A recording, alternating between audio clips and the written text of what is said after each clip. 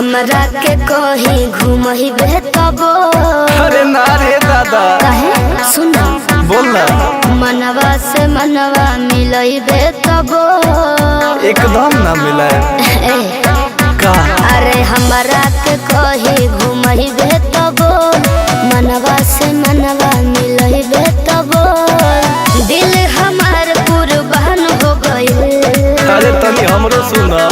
बोल बोल सुन तोरे चक्कर में रे सवर की फलनवा के बेटा बदनाम हो गई। तोरे चक्कर में रे सवर की फलनवा के बेटा बदनाम हो गई। झूठ मत बोलो।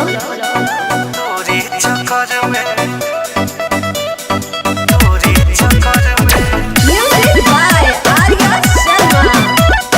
तोरे चक्कर में तोरे हाँ फोटो छपाइल हमरा मानवा में। बक रोजे तोरे के देखिले सपनावा में। देख झूठ मत बोल। सही कहा तनी। लगा के घायल कोइले जियर भक्का जरवा अखिया मेरे।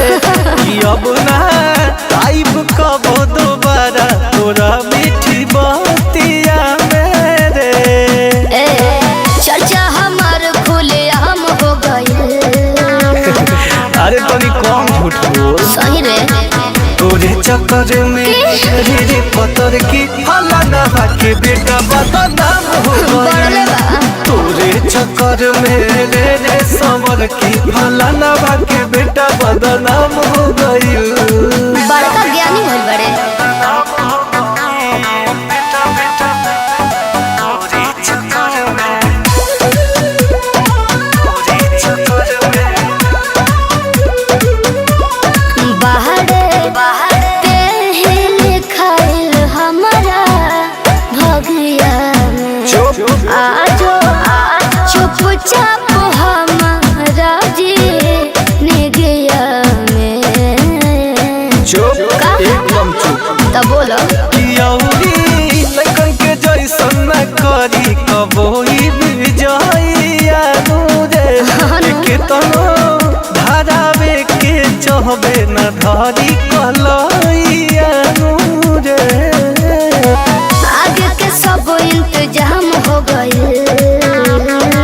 चल भाग ना भागमो। भगवे की ना। तोरे चक्कर में समरा की तोरे चक्कर में रे सवर की फलनवा के बेटा बदनाम हो गई। अच्छा तोरे चक्कर में